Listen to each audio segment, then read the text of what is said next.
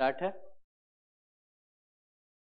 Welcome guys, फिर से स्वागत है चैलेंजर्स के यूट्यूब प्लेटफॉर्म पे। और आज हम आपके लिए न्यूमेरिकल्स का लेक्चर 2 लेकर आए हैं, जिसमें हम लोग न्यूमेरिकल के आगे का क्वेश्चन सॉल्व करेंगे। प्रीवियस वीडियो में हमने आपको कुछ थियोरेटिकल चीज बताया था, उसके साथ साथ हमने सिर्फ 2 न्यूमेरिकल सॉल्व किया था। और आज उसके बाद का न्यूमेरिकल हम लोग करेंगे। जल्दी से आप लोग कॉपी कलम लेके जल्दी से आप लोग तैयार हो जाइए। आपको क्वेश्चंस करना है, आपको खुद से क्वेश्चंस करना है। हम तो 1-2 क्वेश्चंस करेंगे, लेकिन इसके अलावा आपको भी क्वेश्चंस करना है ना। तो जल्दी से आप लाइव चैट में रिप्लाई दे कि कौन कौन सा तैयार है, कौन कौन सा बच्चा तैयार है। जो भी बच्चा तैयार है कॉपी कलम लेके वो कमेंट बॉक्स में रेडी लिखो। रेडी रेडी जल्दी, है ना। जल्दी से देखते हैं कौन कौन रेडी है। सब लोग अपना अपना कमेंट बॉक्स में रेडी डालो, लिखो जो जो तैयार है, और शुरुआत करते हैं, है ना। तो चलो, बहुत सारे बच्चे हैं जो तैयार होंगे। अब चलो स्टार्टअप करते हैं आज का पहला क्वेश्चन। ठीक है, क्वेश्चन 3 क्वेश्चन है द ब्रेकिंग स्ट्रेस। स्ट्रेस के बारे में आपने कल पढ़ रखा था। Stress, breaking stress for a metal is 7.8 into 10 to the power 9। मतलब ब्रेकिंग स्ट्रेस, ब्रेकिंग मतलब टूटने वाला स्ट्रेस, मतलब एक ऐसा स्ट्रेस है। स्ट्रेस एक फोर्स है per unit cross sectional area का, एक बल है ना, अनुप्रस्थ काट के क्षेत्रफल पे। तो ब्रेकिंग स्ट्रेस जो है मतलब एक तरह का ये फोर्स है जिसके कारण से मतलब कोई चीज टूट रहा है। क्या टूट रहा है क्वेश्चन में आगे पढ़ेंगे। कोई ऐसा चीज है जो टूट रहा है उस फोर्स के कारण से, तो ब्रेकिंग स्ट्रेस है ना। ब्रेकिंग स्ट्रेस, और स्ट्रेस मतलब प्रतिबल, तो टूटने वाला जो प्रतिबल है वो है 7.8 into 10 to the power 9 newton पर मीटर स्क्वायर। ये ठीक है। आगे, calculate the maximum length of wire made of this metal which may be suspended without breaking. इसका मतलब क्या है वो समझाएं आपको। मतलब एक वायर को स्ट्रेच कर रहे हैं, तो वायर देखो, जब भी आप वायर वगैरह जो है ना, जब आप उसको खींचोगे तो वो फैलेगा, फैलते फैलते फैलते काफी फैल जाएगा, और एक ऐसा समय आएगा कि फिर वो टूट जाएगा। तो आपको यहाँ पे ये बताना है, कैलकुलेट करना है maximum length of the wire made of this metal which may be suspended without breaking. मतलब हम वायर को खींचने के बाद खींचते खींचते खींचते खींचते यहाँ तक आया, और यहाँ के बाद ये टूट गया। तो ये मैक्सिमम कितना लेंथ तक ये स्ट्रेच हो सकता है, कितना खींचा सकता है। जितना लेंथ तक स्ट्रेच हो सकता है वो आपको लेंथ बताना है कि कितना लेंथ तक ये स्ट्रेच हो सकता है। समझ लो बात। एक लेंथ है, कोई भी एक लेंथ का वायर है, उस वायर को हम खींच रहे हैं, खींच के वो स्ट्रेच हो रहा है, इतना तक स्ट्रेच होगा, और स्ट्रेच के बाद फिर वो ब्रेक हो जाएगा, टूट जाएगा। तो टूटने से पहले, विदाउट ब्रेकिंग, टूटने से पहले तक वो कितना स्ट्रेच होगा वो वैल्यू आपको लिखना। क्लियर? आगे, without breaking the density of metal, the density of metal, metal की डेंसिटी दी हुई है। डेंसिटी यानी घनत्व, है ना। डेंसिटी का मतलब क्या होता है? घनत्व। ये आपको घनत्व दिया हुआ है। घनत्व को रो से रिप्रेजेंट करते हैं। डेंसिटी को कितनी दी हुई है? 7.8 into 10 to the power 3 kg पर मीटर क्यूब। क्लियर? और यहाँ पे कह रहा है कि जी का जो वैल्यू है वो 10 न्यूटन पर केजी लेना, 10 न्यूटन पर केजी। चलो ले लेंगे, ठीक है, जी की वैल्यू है। चलो अब यहाँ पे हम लोग सब चीज समझ गए, ठीक है। अब ऐसे जी की जो वैल्यू है वो हम 10 मीटर पर सेकेंड स्क्वायर, ये भी लिख सकते हैं। इसकी यूनिट जो होती है वो मीटर पर सेकेंड स्क्वायर ही होती है। ये यूनिट को कन्वर्ट करके न्यूटन पर केजी के रूप में लिख, ठीक है। चलो ये हो गया क्वेश्चन, और भी कुछ नहीं दिया है। The breaking stress for a metal is इतना, calculate the maximum length of the wire made of this metal which may be suspended without breaking the density of the इतना, ठीक है। अब चलो आगे बात करते हैं। मान लो एक वायर है, ठीक है। इस वायर को सस्पेंडेड, सस्पेंडेड मतलब लटकाना, वायर लटका हुआ। तो अगर ये वायर लटका है और ये टूटेगा तो डेफिनेटली ये अपने वेट के कारण टूटेगा। वेट मतलब वजन, और वेट जो है वो नीचे की ओर लगता है, और वो है mg, ठीक है। यानी यहाँ पे जो फोर्स लग रहा है वो वेट लग रहा है। एक वेट, एक वजन के कारण से वो टूट जाएगा, क्योंकि वो सस्पेंडेड है, लटका हुआ। ऐसे लटका है, इसका मतलब है कि हमको वेट पता करना, weight of a wire, weight of a wire, यानी कि तार का आपको वजन निकालना होगा, जिसको हम लोग भार भी बोलते हैं। और फॉर्मूला जो होता है वो होता है mg, है ना। और m जो है, m वो आपका मास है, मास बोले तो द्रव्यमान। और g जो है वो है acceleration due to gravity, acceleration due to gravity, यानी कि गुरुत्वीय त्वरण, त्वरण है ये, ठीक है। तो अच्छा, आपने एक फॉर्मूला पढ़ा है, घनत्व बराबर द्रव्यमान बटा आयतन, मतलब कि density equal to mass upon volume. ठीक है, बात डेंसिटी को रो, मास एम और वॉल्यूम, वॉल्यूम को एक और चीज कर लेते हैं, डेंसिटी इक्वल टू मास और वॉल्यूम को एरिया इनटू लेंथ लिख देते हैं, या हाइट। ठीक है, आयतन को इस क्षेत्रफल गुने लंबाई। ठीक है, अब क्षेत्रफल गुने लंबाई, तो इसका क्षेत्रफल ये जो क्रॉस सेक्शनल एरिया है, अनुप्रस्थ काट का क्षेत्रफल, और ये जो इसकी लंबाई है, उस लंबाई को हम एल मान लेते हैं। अगर हम इसमें मल्टीप्लाई कर दे तो ये आयतन बनेगा, वॉल्यूम बन जाएगा। ठीक है, तो हमने ऐसे तोड़ दिया, डेंसिटी को रो से रिप्रेजेंट, मास को एम से, एरिया को ए से इनटू एल। तो एम इक्वल टू क्या हो जाएगा, बाई क्रॉस मल्टीप्लीकेशन कर दे तो rho A L equal to M, तो हम एम की वैल्यू निकाले तो रो ए एल। ठीक है, तो एम के जगह पर हम लिख देते हैं रो ए एल इंटू जी। जी तो पहले से है, रो ए एल हमने लिखा, ये हो गया घनत्व। अब आगे नाउ, मतलब अब आप स्ट्रेस पे बात करो। स्ट्रेस मतलब प्रतिबल। स्ट्रेस जो होता है वो होता है force by cross sectional area, समझ रहे हो बात, एरिया। ठीक है, अच्छा, यानी कि हिंदी में अगर हम बात करें तो प्रतिबल, अब बटा में वही अनुप्रस्थ काट का क्षेत्रफल, शॉर्ट में क्षेत्रफल लिख रहे हैं। वेट, फोर्स को हम यहाँ वेट लिख सकते हैं। क्यों लिख सकते हैं वेट, क्योंकि यहाँ पे जो फोर्स के कारण से टूट रहा है वायर, वो वेट के कारण से टूट रहा है, क्योंकि वो लटका हुआ है, यानी वजन, तो वजन बटा क्षेत्रफल। ठीक, अब वेट अभी हमने निकाला, रो यहाँ पे हमने निकाला रो ए एल जी, और अपॉन एरिया, एरिया ए, तो ए से कट गया, रिजल्ट आ गया रो एल जी। मतलब हमने stress equal to rho L G निकाला, और वो भी स्ट्रेस कौन वाली स्ट्रेस, ब्रेकिंग स्ट्रेस।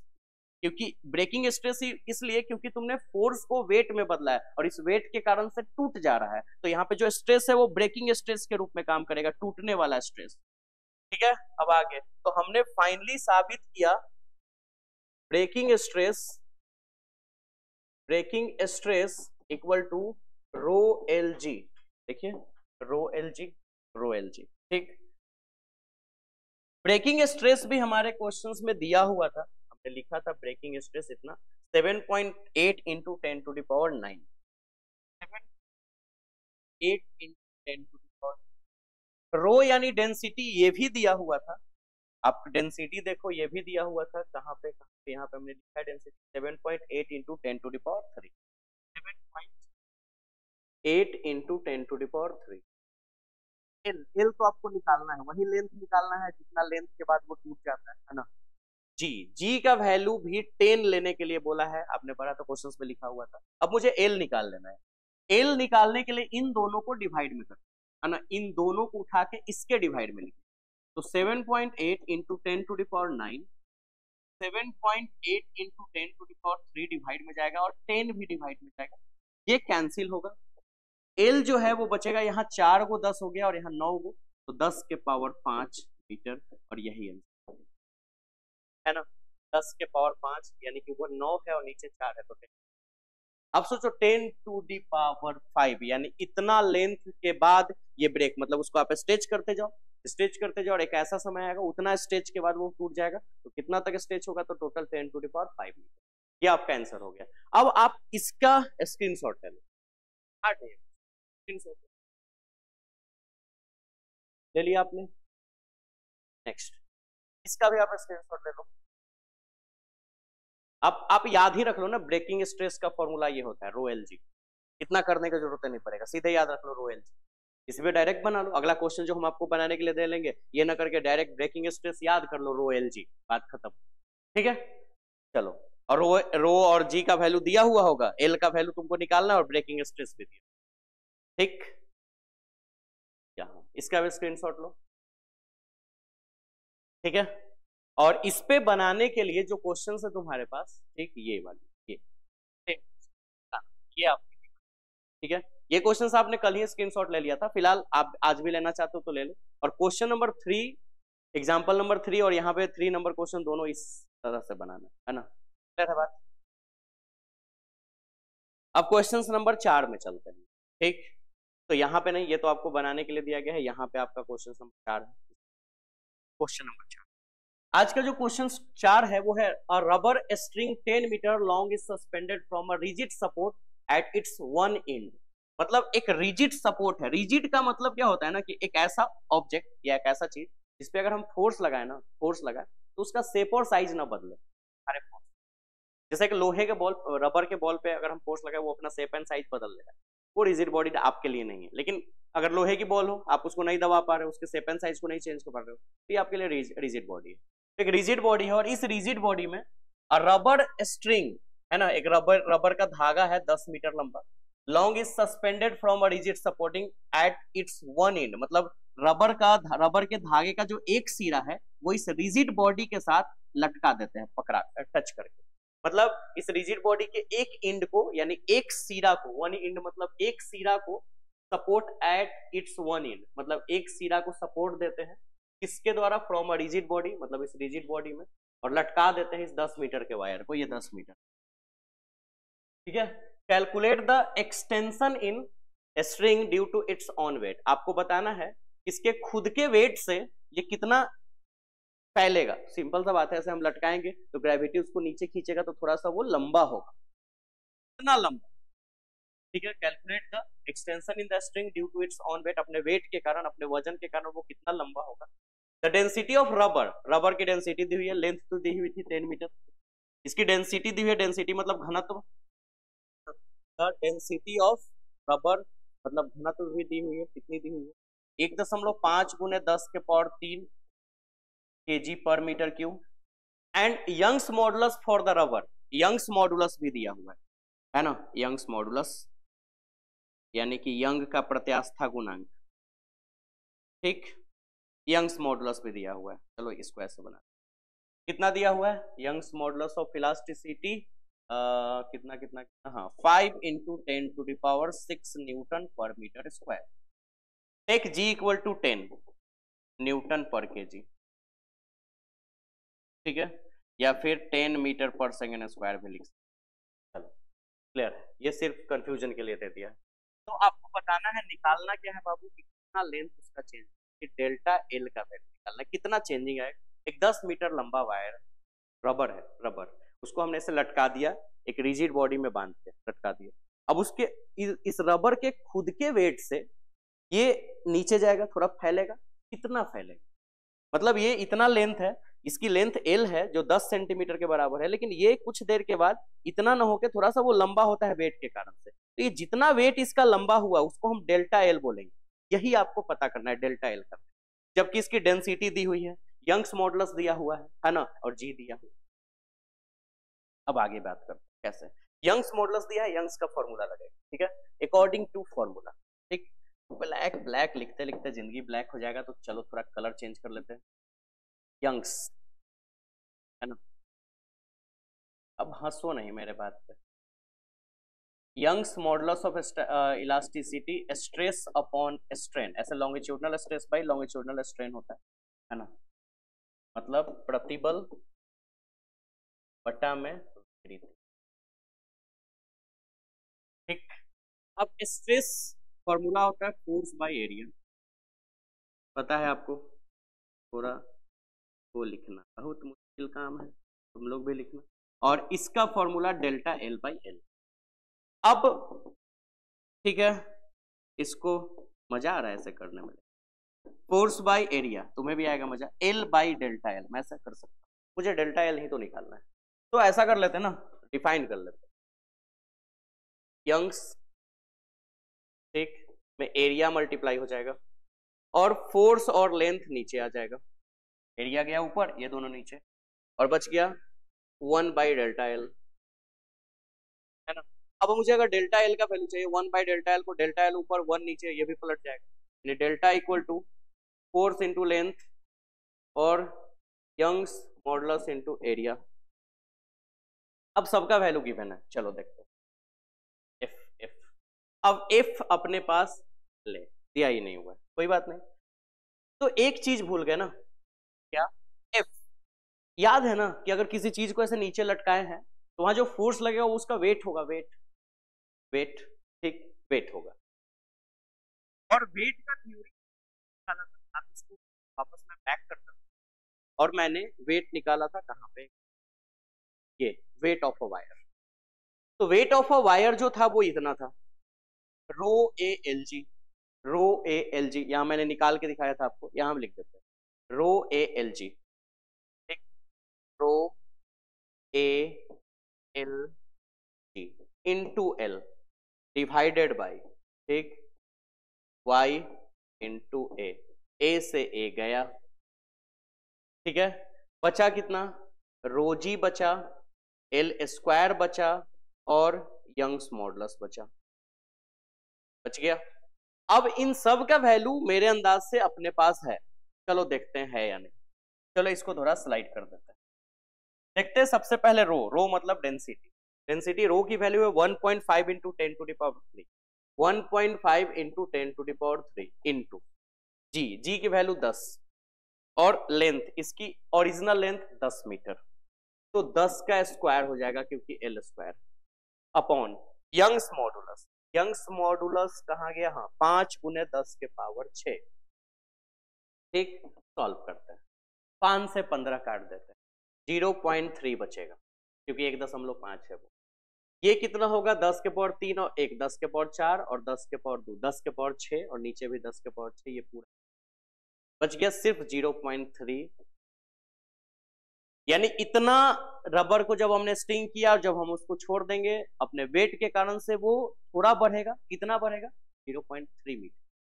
इसको अगर सेंटीमीटर में बदलना चाहते हो तो तुम 100 से मल्टीप्लाई कर दो, है ना, 100 से मल्टीप्लाई कर लो और उसके बाद देख लो कितना बढ़ रहा है। 100 से मल्टीप्लाई करोगे 30 सेंटीमीटर हो, 30 सेंटीमीटर अप्रोक्सीमेटली जो बड़ा वाला स्केल होता है, यानी इतना ये स्ट्रेच कर जाएगा, इतना 15 सेंटीमीटर अप्रोक्सीमेटली इतना होता है, तो 30 सेंटीमीटर इतना वो स्ट्रेच कर जाएगा, है ना। तो ये अब इसका आप स्क्रीनशॉट ले लो फटाफट,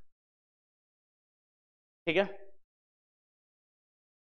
नेक्स्ट ये स्क्रीनशॉट लो, और उसके बाद जो तुमने प्रीवियस ये लिया था उसमें आपको ये क्वेश्चन नंबर 4 बनाना है, ये आपको बनाना है, ठीक है। अब चलते हैं 5 नंबर। क्वेश्चंस क्या है, ठीक, आज अभी का जो क्वेश्चंस है वो है कि 2 wires of equal cross section, 2 wire है इक्वल क्रॉस सेक्शन, चलो 2 वायर बना लेते हैं। वायर हमेशा सिलिंड्रिकल फॉर्म में होता है, 2 वायर है, दोनों जो है वो सेम क्रॉस सेक्शनल एरिया का, ठीक, यानी दोनों की क्रॉस सेक्शनल एरिया सेम है A, but one made, cross sectional area मतलब अनुप्रस्थ काट का क्षेत्रफल, one made of steel and the other is copper, ये जो है वो स्टील का बना हुआ है और ये जो है वो कॉपर का बना हुआ है, are joined end to end, are joined end to end, और दोनों एक दूसरे से ज्वाइंड है अंतिम से अंतिम है। When the combination is kept under tension, ठीक है, when the combination is kept under tension, यानी कि दोनों पे टेंशन फोर्स लगा रहे, ठीक है। द इलोगेनेशन, इलोगेनेशन का मतलब वही लमड़ना, बढ़ना, ठीक है ना, इसका मतलब वही होता है लंबा हो जाना, कितना बढ़ रहा है। Elongation in the 2 wires is found to be equal, ये भी पता किया गया कि दोनों में जो इलोंगेनेशन है, मतलब कि जो उसमें जो वो बढ़ रहा है, वो जो फैल हो रहा है, स्ट्रेच हो रहा है, वो दोनों में सेम ही है, ठीक है। In the 2 wires is found to be equal, given Young's modulus of steel and copper, Young's modulus दिया, एक मिनट, यंग्स मॉडुलस दोनों का दिया हुआ है, लिख लेते हैं पहले ऐसे, दोनों का यंग्स मॉडुलस दिया, ठीक, कैसे बना लेते हैं पहले।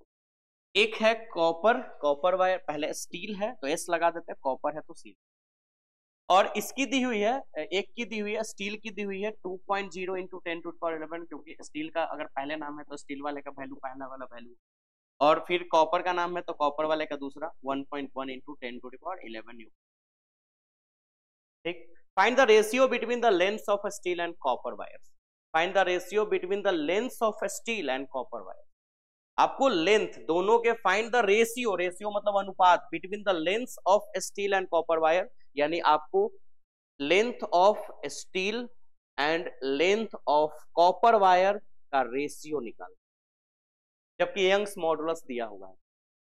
ठीक है, चलो, और दोनों की क्रॉस सेक्शनल एरिया सेम, बहुत आसान क्वेश्चन है। चलो पहले चलते हैं for steel, steel wire, steel. क्या यंग्स का जो फॉर्मूला होता है बच्चा, वो क्या होता है? सबको पता है, क्या पता है? स्ट्रेस बाय स्ट्रेन, ठीक, यानी longitudinal stress by longitudinal strain, यानी प्रतिबल बटा विकृति। और अगर हम स्टील की बात करते हैं तो एस लगा। सेम चीज अगर हम बात करें, ठीक है,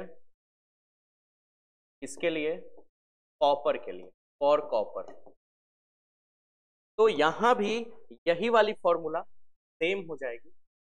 कॉपी मान लेते हैं, longitudinal by stress by longitudinal strain, हम यहाँ शॉर्ट में काम कर सकते हैं लिख के। चलो ये हो गया। अच्छा, यहाँ पे सी लगा देते हैं, ठीक। जो फॉर्मूला होता है बच्चा, वो क्या होता है?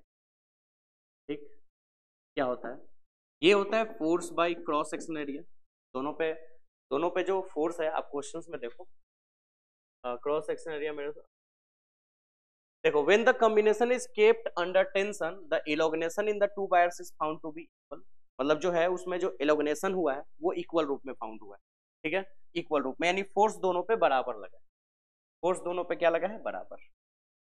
तो फोर्स दोनों पे बराबर लगा है, एरिया भी दोनों का सेम है, एफ बाई ए, है ना, फोर्स भी सेम, एरिया भी सेम, ठीक। दोनों की जो क्रॉस सेक्शनल एरिया सेम है, फोर्स भी सेम ही लगा हो, तभी तो दोनों का इलोगनेशन जो है वो सेम हुआ हो, ठीक है। तो फोर्स बाई एरिया। स्ट्रेन जो होता है वो होता है डेल्टा एल बाई एल, लेकिन यहाँ delta L by L steel के लिए है, तो ये एस लगा देते हैं। इसमें एस लगाने की जरूरत नहीं, क्योंकि दोनों के लिए एफ और एस सेम है, लेकिन लेंथ जो है दोनों का अलग अलग है, ठीक है, यंग्स, और यहाँ पे भी एस।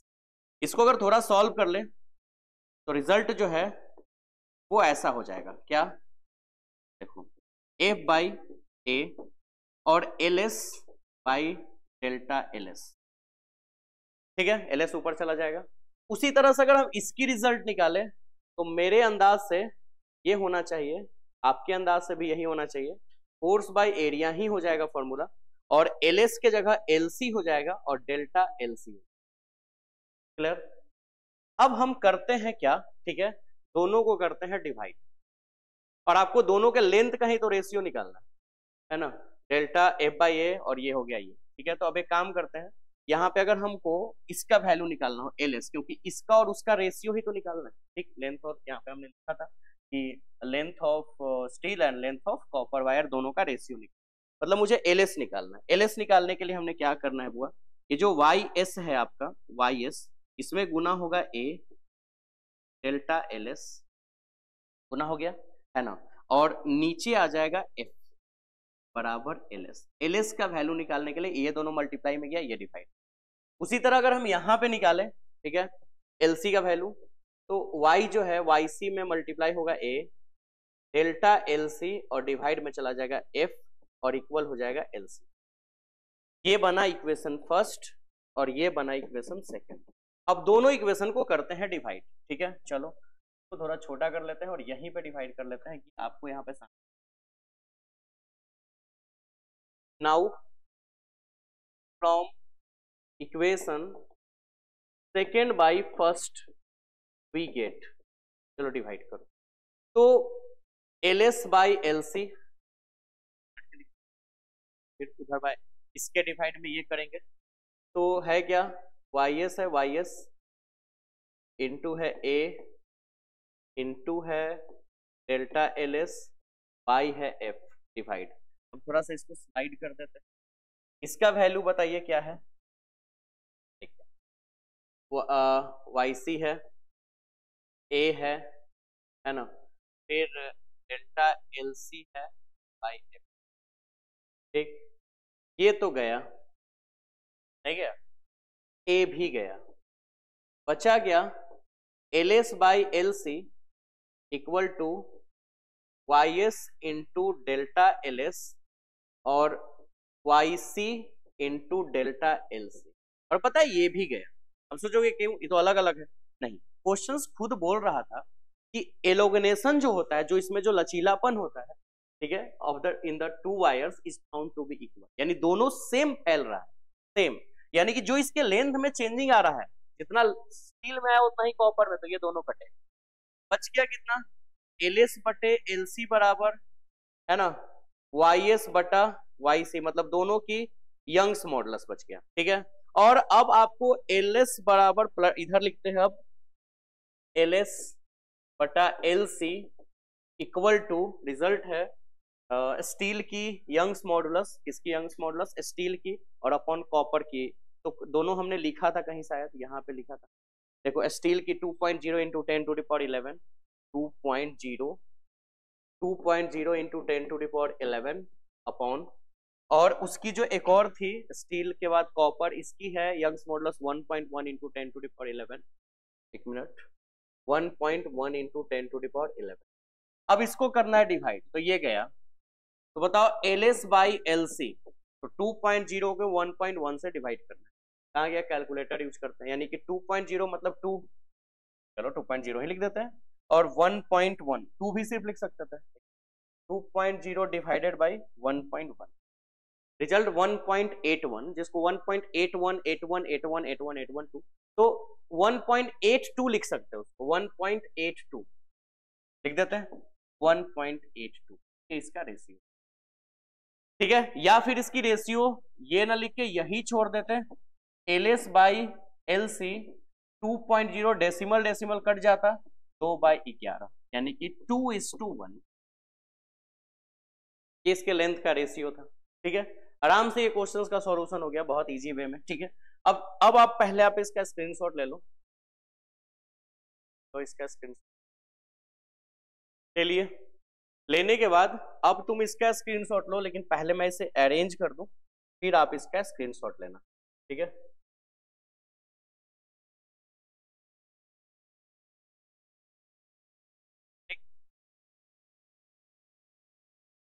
लीजिए आगे बढ़े, इसका स्क्रीनशॉट ले ले, क्वेश्चंस मजेदार है सारे, अभी तो बहुत सारे क्वेश्चंस बाकी है, अभी तो शुरुआत हुआ है ना। और फिलहाल इसका भी स्क्रीनशॉट, जिसमें 5वां नंबर जो क्वेश्चन है वो उसी तरह का जैसा वो, तो आप ये वाली क्वेश्चंस इस पे बनाओगे, सारे बनाओगे आप, आपसे बनेगा, डेफिनेटली बनेगा, ठीक है। तो फिलहाल आज के लिए जो है वो हम वीडियो को यहीं पे अंत करते हैं, है ना। और ज्यादा लंबा नहीं, हमने आपको पहले ही कमिटमेंट किया है कि ज्यादा लंबा वीडियो नहीं होगा, क्योंकि आप पे बर्डन नहीं जाए, है ना, आगे चल के मैथ्स की भी वीडियो आने वाली, तो बहुत ज्यादा लंबा लंबा क्लासेस रहेगा तो फिर आप बोर हो गए, थोड़ा बोर नहीं हो रहा, इंटरेस्ट से पढ़ना है, बहुत मजेदार से, और आपको बहुत मजा आने वाला है, ठीक है। तो वीडियो को लाइक जरूर करें, कमेंट बॉक्स में अपना कमेंट छोड़े, है ना, और वीडियो को शेयर भी करें अपने व्हाट्सएप ग्रुप पे, इंस्टाग्राम पे, फेसबुक पे, जिससे कि इस चैनल को भी थोड़ा ग्रोथ मिले और हम आपके लिए और भी बेहतर वीडियो बना पाए। तो मिलते हैं नेक्स्ट वीडियो में, तब तक अपना ख्याल रखें, और बहुत सारी शुभकामनाएं आपको फिर से छठ पूजा की। मिलते हैं नेक्स्ट क्लास में, बाय बाय।